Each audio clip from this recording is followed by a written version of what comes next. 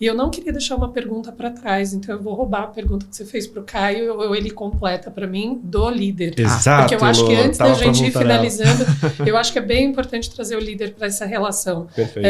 Eu percebo que, muito entendendo dos contextos das necessidades, eu acho que, assim como qualquer outro profissional da organização, assim como qualquer outro ser humano, você precisa se instrumentalizar mais.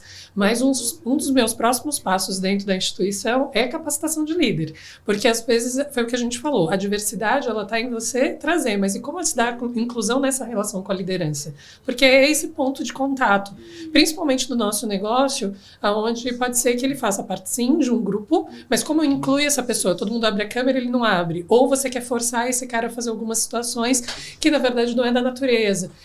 Mas, fazendo uma lista de frentes, de novo, a gente volta para a pessoa. O one-on-one, ele é muito importante, mas ele é só importante porque o cara tem um espectro? Não. Só porque ele é neurodiverso também? Não. Ele é importante para todo mundo, porque você precisa saber o que você está fazendo e por que você está fazendo.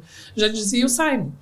Então, eu acho que muito do que a gente aplica para as outras pessoas, ou deveria na cartilha aplicar para as outras pessoas, que é uma pergunta que você fez, quais são os erros e tal, eu acho que, na verdade, você pode só concentrar uma atenção maior para realmente não fazer disso uma desculpa da tua agenda por não ter feito, porque o impacto para aquela pessoa pode ser maior quando você faz alta flexibilidade da tua agenda. O outro pode não gostar, mas aquilo tem um impacto diferente do que o espectro vai te pedir, né, Exato. Caio? Então, eu acho que quando a gente fala de liderança, o líder também precisa conhecer, e às vezes do conhecimento, ele vai se apaixonando. O Caio falou de hiperfoco.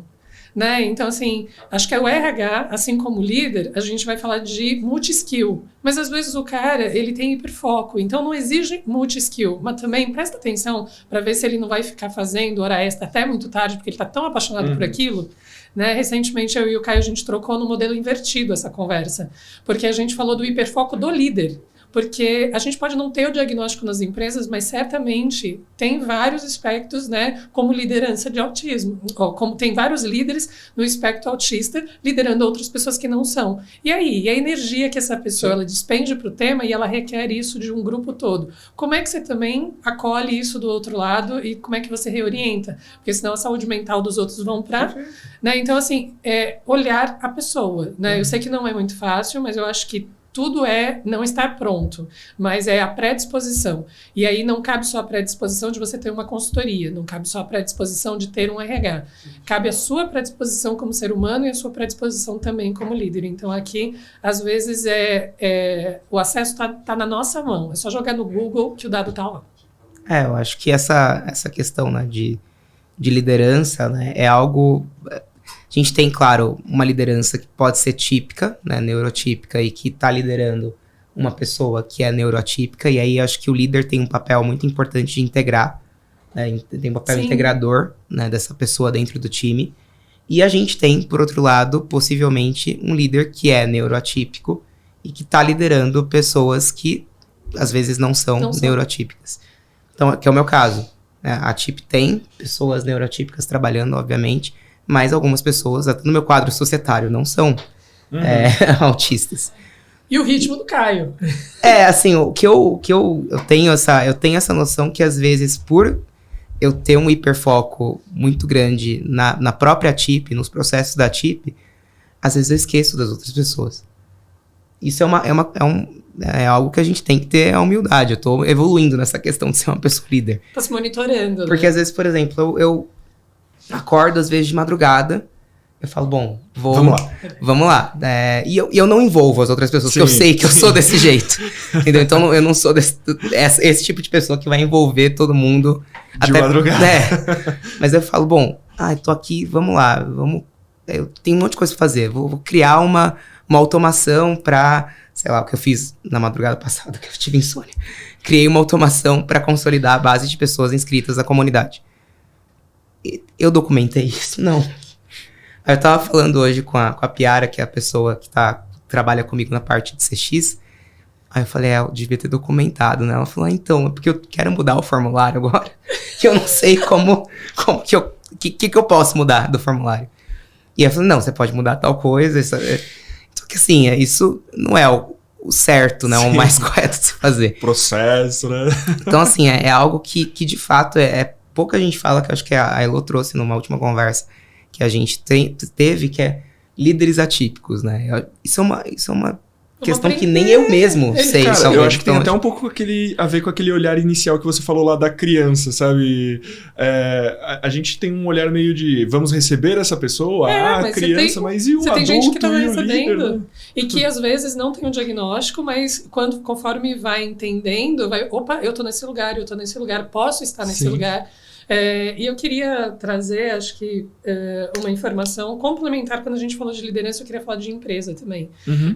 E muito puxando o gancho do que o Caio já dividiu com a gente, eu tô vendo talvez o horário, o André vai dar um toque pra gente. O cronômetro parou de... A gente para ele, porque senão ele... Mas vamos lá. Mas eu acho que tem um tema aqui que eu acho que é bem importante a gente também não deixar de entregar nessa conversa, já que a gente falou da pessoa, a gente falou dos colegas de uma certa maneira, né? Porque você tem esse processo da inclusão do líder e também buscar informação, mas a empresa precisa repensar as suas formas dessas integrações.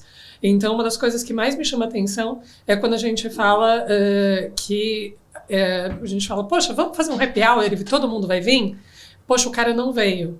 E aí, essa divisão, eu até vou pegar a própria fala do Caio, porque eu acho que isso vale como evidência, que assim, eu não me sinto à vontade num grupo onde tem um monte de gente que está fazendo esse tipo de confraternização. Por quê? Porque não é o meu lugar, eu não me sinto.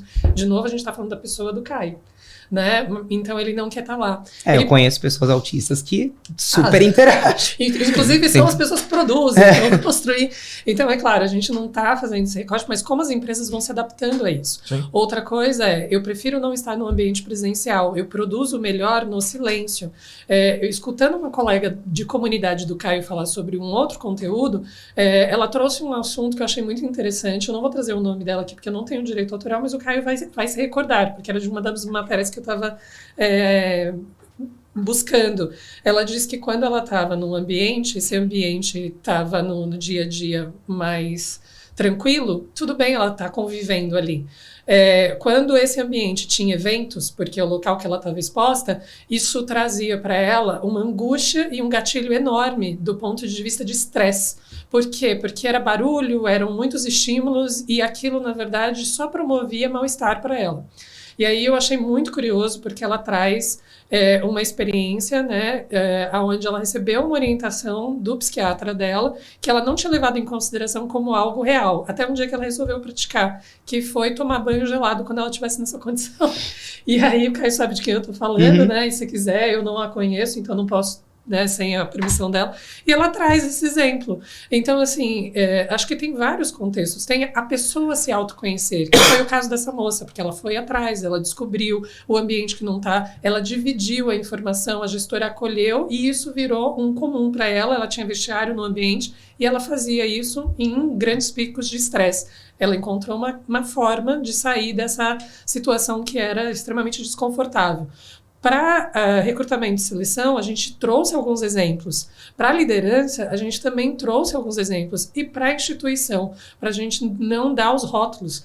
Porque eu acho que a pandemia ajudou bastante, inclusive esse assunto vem muito em evidência, seja pelo tema do TDAH que o Caio trouxe, mas seja pelo conforto, porque às vezes a pessoa está conseguindo também ter uma produção, pode ser que melhor dentro de casa, porque às vezes no ambiente corporativo, às vezes aquilo também tinha muito estresse para ela, dado a sociabilização que ela tinha que fazer, por mais que ela tenha o diagnóstico revelado ou não revelado, né? Mas eu acho que, de novo, a gente volta para o ser humano e tentar não fazer com que tudo fique modular. Então, dentro da própria organização, hoje a gente tem feito encontros, né? Sim. A gente tem feito encontros bimestralmente sobre happy hour. Alguns não querem vir e outros não conseguem vir. Uhum. E outros não podem vir.